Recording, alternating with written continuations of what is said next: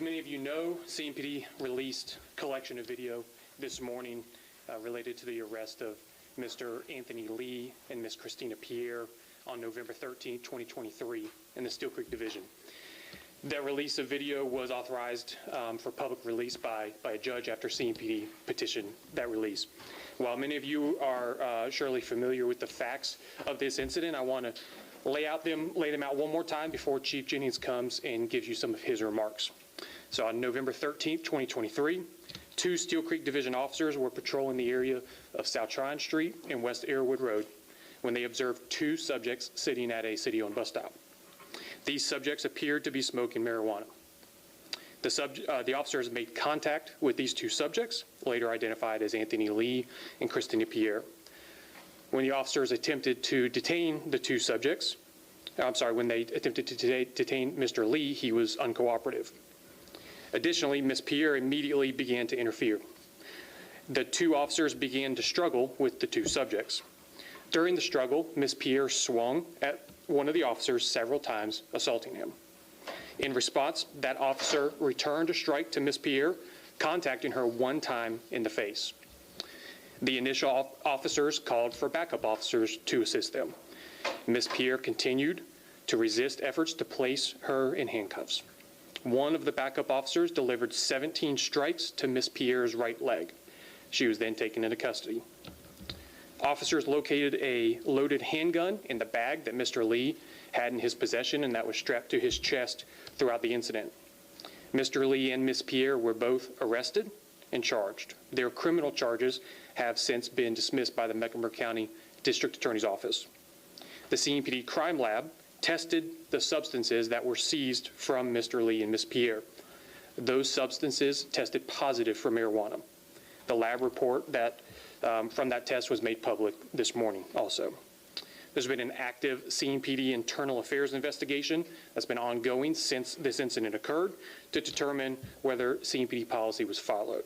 So I hope that catches everyone up to speed on the incident up until today. And now I invite Chief Jennings to come up and share some of his thoughts. Chief. Thank you. Thank you, everyone, for being here. First of all, I want to just reiterate, I'm not going to hash out the details of the case. They've already been spoken and said numerous times. Also want to thank, when we stood up here on November the 15th, just 2 days after the incident, I was pretty clear that we felt like this video, all the body-worn camera footage or any footage under CMPD should be released for transparency purposes and to tell the entire story of what happened. From the beginning, I said that the video release may or may not change opinions, but it will at least give a full perspective of everything that occurred on that day. Also, it's pretty certain or pretty clear, like we've said, that it is a use of force and it's not pretty. It's hard to watch. And it's difficult not just from an outside perspective, but also internally, because we never want to see our officers, one, have to be subjected to being hit, but also not having to hit citizens. And so that is why I felt like it was important that we release this video, and we were subsequently did. Hopefully everyone's had an opportunity to watch the video as well. Secondly, I apologize for being late, but the reason I was being late is because we did have the internal hearing today. I want to make sure that I give much thanks to our internal independent chain of command review board that pushed this case to be able to look at it in depth and make a determination as to what the outcome of this investigation would be. So I wanted to also, in transparency, it's rare that I'm going to come out and speak on the results of an internal investigation at a press conference, but I think because of the magnitude of this case and this investigation, I thought it was important that we were able to release that today as well. And back to the body-worn camera footage as well, I want to thank the courts and the judge that authorized the release of it. We were able to get that through quickly, a lot quicker than anticipated. I think when we spoke in November, I mentioned it could be several months, and we were able to hear that within a few weeks. So I certainly appreciate that, and that goes a long way towards transparency from CMPD as well. So back to the internal investigation, there were a total of 7 officers that were investigated for this use of force. There were 7 officers. 6 of those officers, their cases were exonerated by the Independent Chain of Command Review Board. And 1 officer, Officer Pistone, who you already have the name, his allegation of use of force was sustained. Officer Pistone has received suspension of 40 hours and also will be required to go through additional training that is deemed appropriate by the training academy. The incident here involves 17 strikes to Mrs. Pierre's leg. And you heard me mention before that those strikes were at the peroneal nerve, which are compliance strikes when someone is resisting arrest and has their hands behind their back or hands underneath them. Those are effective compliance strikes. If you look at the video closely, and this is where I really thank our Internal Affairs Division for being able to look at all the videos thoroughly and make that decision based on what they saw, and also be very objective and be able to determine every single strike that had occurred during this incident. Officer Pistone's first 3 strikes were effective. Those strikes allowed for officers to get Miss Pierre's hands behind her back. The officers then proceeded to try and handcuff her as Officer Pistone continued to deliver 14 additional strikes to her leg. Those 14 additional strikes were determined by the Independent Chain of Command Review Board that they were not justified. I concurred with that, and I agree with that decision. It's very difficult when officers are put in these situations, but we also are held to a higher regard when it comes to making decisions. And just as anything that we do, every single action that we take has to be justified. So had those 3 strikes been sufficient to get her hands behind her back, if the actions would have stopped at that point, then we would not be having this discussion about a sustained violation. So Officer Pistone has currently completed, the internal investigation has been completed on Officer Pistone, and hopefully we will be able to move forward. And lastly, I want to discuss as well that there are some things that we have determined within our agency that we have to look at very closely when it comes to use of force. And we've discussed that before, and you've heard that we have a committee together that is help with community relations. With the help of community relations, we have been able to get some people from externally as well as to sit down with our people internally. And we're going to take a good hard look at not just our rules of engagement, but our use of force in situations.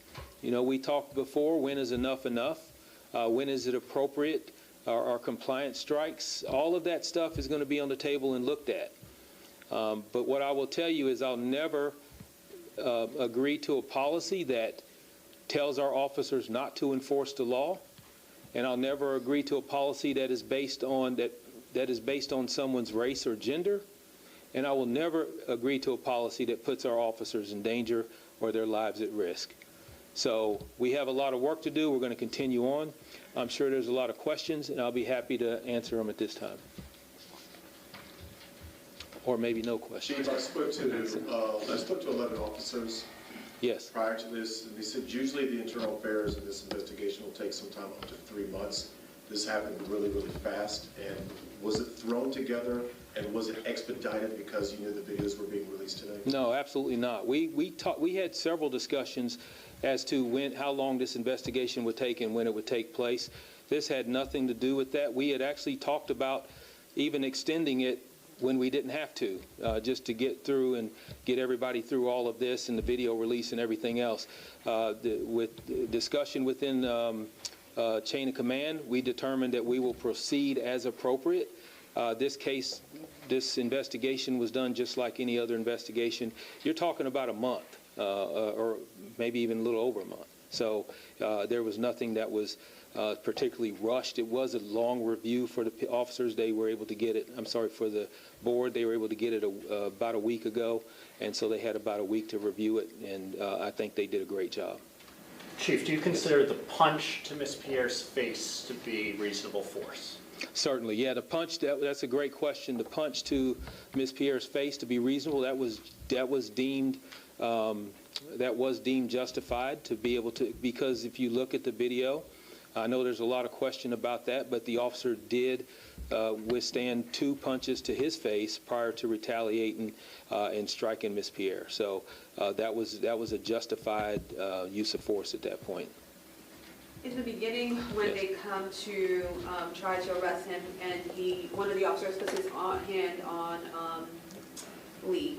Now, in the way that initial arrest went on, is there any issues or concerns with how that went on? Should they have said more as far as why they're being arrested and so forth? Because he kind of says, hey, you guys smoking weed, da, da, da. And then there's a reach, right? And that hand, can you... Yes. Yeah, well, I mean, we can certainly always Monday morning quarterback and see what we could have done differently. I think I said in the first press conference, I wish there was a little more time in between us talking to them and making that arrest. However, the officers are justified to make the arrest as soon as they have probable cause that they're smoking marijuana. So for me to second guess when that arrest actually takes place, that's going to be a personal opinion that I would have to look at on how I would handle things, but they were certainly justified in that. Now, I will tell you that the officer, it is my opinion that just because the officer is placing him in the handcuffs or having him stand up, that does not necessarily mean he's going to jail. That could be as far as just to secure him while he issues a citation or search for further drugs or weapons, and that could have been as simple as that. But the officer is certainly justified to go up and initiate that arrest immediately if he wants to.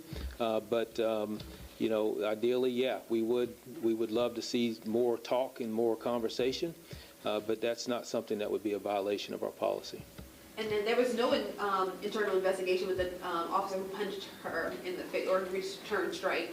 Certainly. He was one of the 7 officers that was investigated for through internal affairs this hearing. So, and he was one that was justified. There were 7 officers total.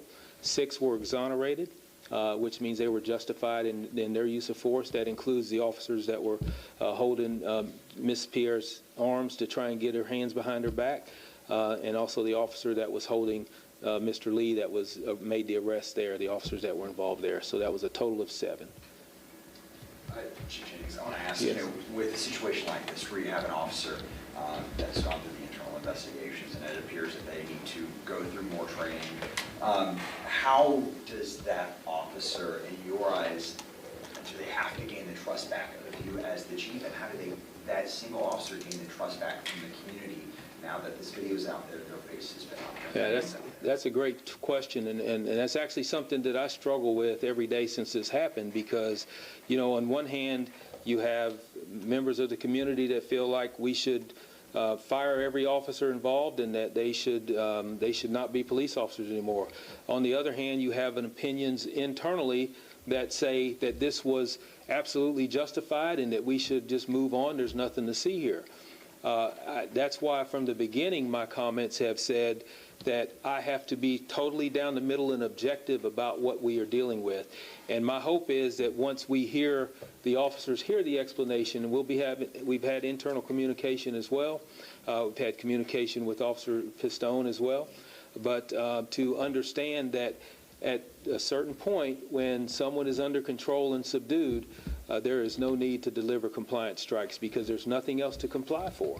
And so we're going to be accountable for that. And we determined that 14 of those strikes were while she was subdued and handcuffed and no longer a threat to the officers. Will the officer return to patrol after the completed training and suspension?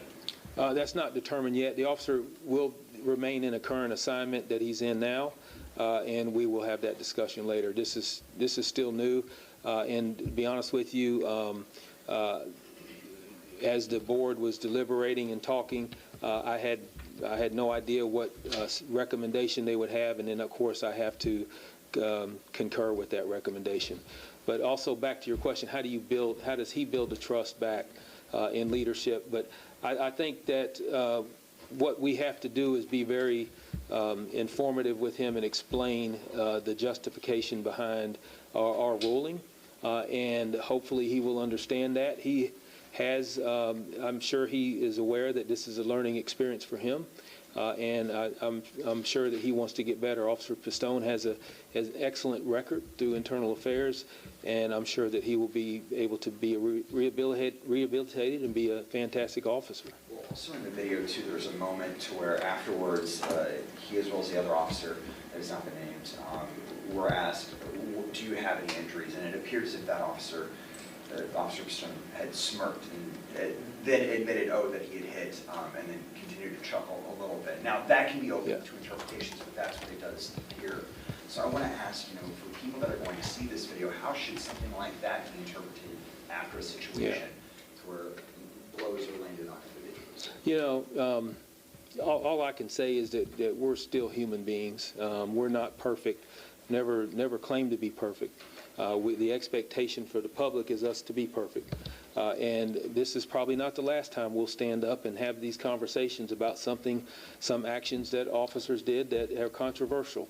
But at the same time, we're not robots, and if there's an expectation that we will always say and do the right things, then I think that's something that'll never happen.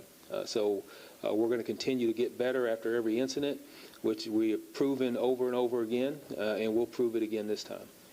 Are you, the woman and her lawyers pretty much have already said that they're going to sue. Do you think the city should defend any lawsuits against your officers in the department?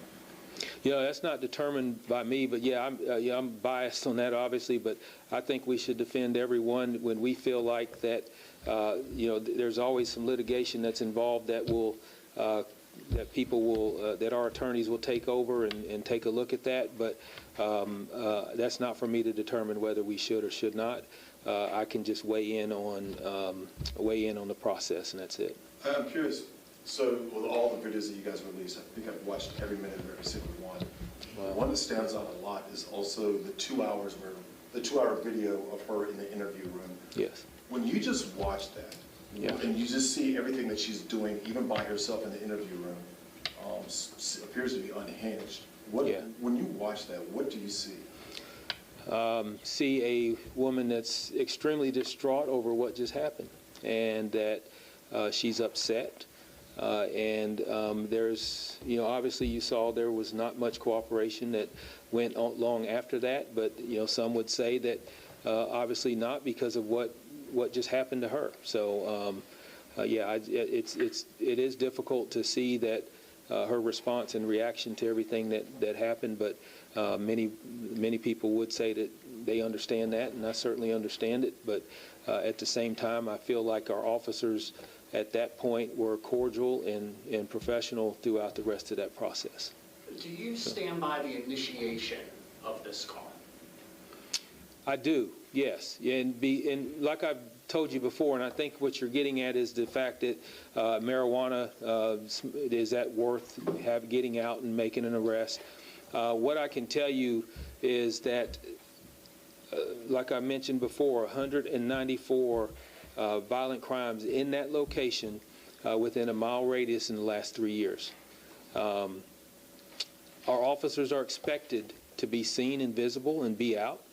And if and I'll put another perspective to it, that if we are ignoring 2 people smoking marijuana getting ready to get on a city bus, and we drive by that, and this individual has a gun in his pack that he's carrying over his shoulder, and if that individual gets on that city bus and somehow gets into altercation and uses that weapon, then the story is going to be about how CMPD just ignored them smoking marijuana, and had we gotten out with them, they would have been able to locate the gun. So that's why I talk about Monday morning quarterback all the time, that there are different scenarios that can play out. But I will say this, that as long as marijuana is illegal, then I will expect my officers to address open marijuana use and marijuana sales. We just had an incident yesterday. An individual shot 5 times over a marijuana deal.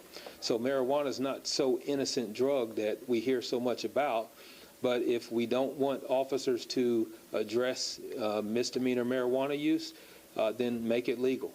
Just to follow up, just how does the officer determine whether it is marijuana or something marijuana adjacent that is legal that's being sold at the tobacco stores? Yeah. I know the attorney says that the substance they were smoking was purchased at one of those stores. Yes. So how does an officer approach that? Well, let me tell you this, and I think we put this out, that the substance that they were in possession of was certainly illegal marijuana. It was at a level much higher than anything you'll get in buying hemp or anything with THC at a store that sells it legally. But what you have to be able to do as an officer is the assumption of that it is marijuana, and anything that, if once you do the testing, if it's something that warrants an arrest for marijuana, then it's incumbent upon us to be able to prove that it is marijuana. Just no different than when we have deals of cocaine. And there's times when you make an arrest for cocaine, that when you do the testing, it comes back that it's not cocaine. And then you have to deal with the charges appropriately after that. When you look at the videos and you see more and more officers arriving at the scene, but both of the suspects are already apprehended, certainly the quantity of officers in this aspect that escalated the scenario. When do officers determine when they've called for enough backup to not escalate the situation? Yeah, a lot of times that's determined by the officers who are already on the scene, and you can sometimes on these videos you can hear that said you can cancel anyone else coming to the scene. We've got enough, or everything's under control. So some officers, when they hear another officer calling for help, they're going to drop what they're doing and they're going to go and try to help. And once they get there, they're going to be able to either determine whether we need any kind of crowd control or any assistance, any additional assistance on the arrest.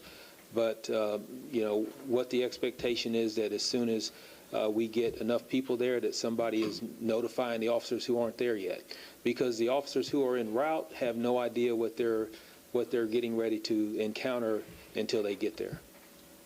What bothered you most? I know you put out a statement when the charges were dropped. What bothered you most? The assault on an officer being dropped, or the gun charge being dropped? The assault on the officer would probably be the one thing that bothered me the most, because regardless of what led up to this, our officers were within justification of getting out with these individuals. The officer was in justification of making the arrest. To allow for somebody to punch an officer in the face and have no, absolutely zero repercussions in the legal system, except for the initial arrest, to me is an insult to our officers. And we can't live in a society where we allow people to assault officers. If we do that, then it's going to be a society that I don't think we want to be able to, we want to have to live in, because there has to be law and order in our community, and our police officers are tasked with providing that. I want to ask about the compliance training. Where does that take place? And also, part of the compliance training, is it more geared toward the accusations that this officer faced at the time of excessive force of hitting this individual, but also does that include how to make it to where things don't escalate in a matter of less than a minute whenever you arrive on scene like it did in this? Yeah, certainly. So compliance training and the training that officers do, we are mandated to have what we call TAC training, defensive tactics training, every year.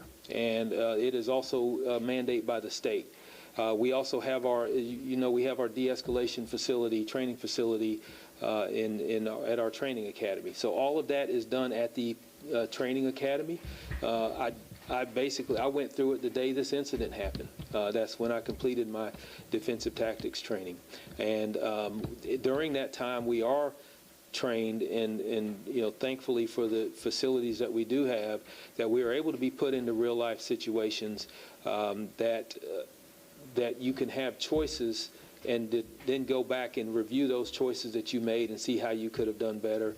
And because it's every year, my hope is that every year we learn a little bit more and a little bit more, but we try to make it cumulative and to where we play off of not just not just incidents, current affair incidents that we are seeing, but also things that we have done in the past to continue that training on. So I was going to ask if that officer is going to be put through a very similar situation to what happened there in the CMPD division. that'll be determined by our training academy. So what they'll do is look at the entire incident and see where some of the gaps might be that they can help this officer to understand where, some things that he could have done better.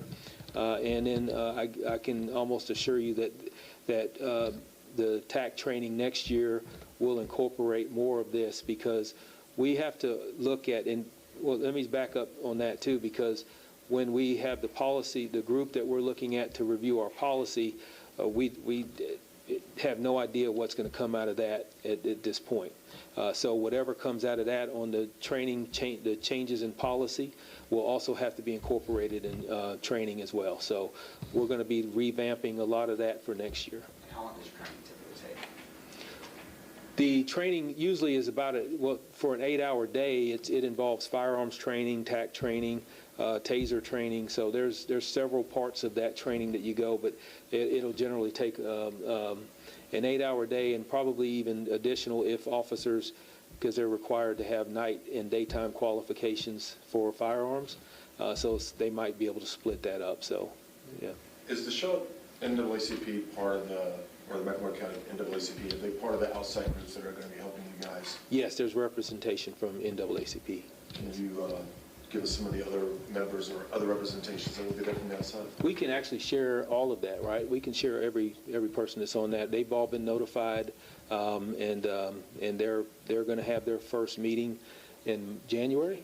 Yeah, and I'm actually meeting with former Mayor Pro Tem Braxton Winston on Monday, in hopes that he will be facilitating a lot of these conversations, and we're going to have a discussion on what direction we want to see this take.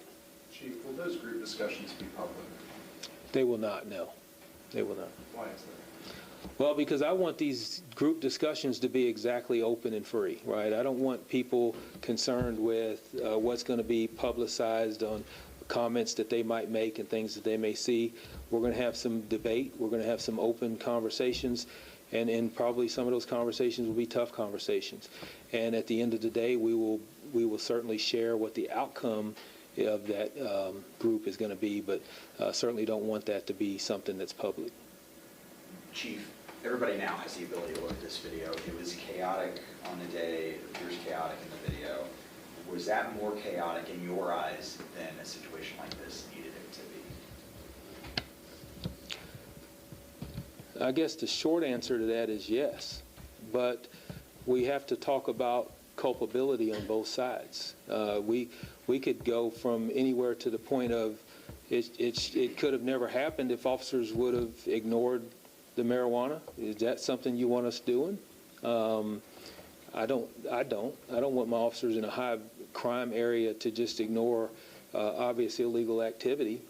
And then on the other hand, had the arrest taken place normally, like most arrests do, and there hadn't been interference with that arrest, then we wouldn't be sitting here talking either. Just keep in mind, we have, last year we had over 500,000 citizen contacts. We had 300, just a little over 300, I think it was 347 of those contacts that have resulted in some type of use of force. And when I say use of force, that could be something as simple as a scrape on the, because a handcuff scraped somebody's wrist, to using deadly force. So a very, very minute ideas of a very minute number of contacts result in any type of use of force whatsoever, and there's only 97% don't even result in arrest. So yeah, I wish that we can roll back to. I'm sure these officers, if they could roll back time, they would handle it differently. But that's life, and that's what we always say. We can always look back at things that we do every single day and say, I would have done this differently. For these conversations that will be happening in January, will there be Hispanic representation? I'm not sure. We will give you that list of whoever's on that list. I can't think of all their names right now off the top of my head. One more question. Anybody? You said at the last press conference on this topic, are there things that I would like to change or do differently? Absolutely. Yeah. What are those things? Me personally, well, I mean, I wish that we could anticipate everything that's ever going to happen that will be controversial, or things that the gaps that we might see in our policy. And what I mean by that is, I'm not going to get ahead of the group that's going to be looking at our policy and making changes, but there are some things in here that I feel like we could have made more clear to our officers. For example, when is enough enough? When do you stop? Officer Pistone obviously thought that he's justified up until the point that we get her handcuffed. And the board and the internal affairs hearing showed that once she is subdued and no longer resisting, and we're working on getting the handcuffs on, that's when it should stop. So we could have been, there are some things that we can look at that in policy that we can make it more clear, and also in training. Can he, I don't know how this works, can he appeal that, or is it final? Certainly, yes, he can appeal that to civil service. It's still early. I don't know if he plans on doing that, but civil service appeal could absolutely be part of this. So. All right, thank you. All right. All right, folks, a lot to unpack there. Thanks to Chief Jennings for being here. I just want to reiterate something that he said. In 2022, 529,000 police interactions and 357 what we call responses to resistance, was what the chief said. So 529,000 compared to 357. Again, there was a lot to unpack there. We have a media release out to y'all that recaps some of the information shared here. Thanks for being here.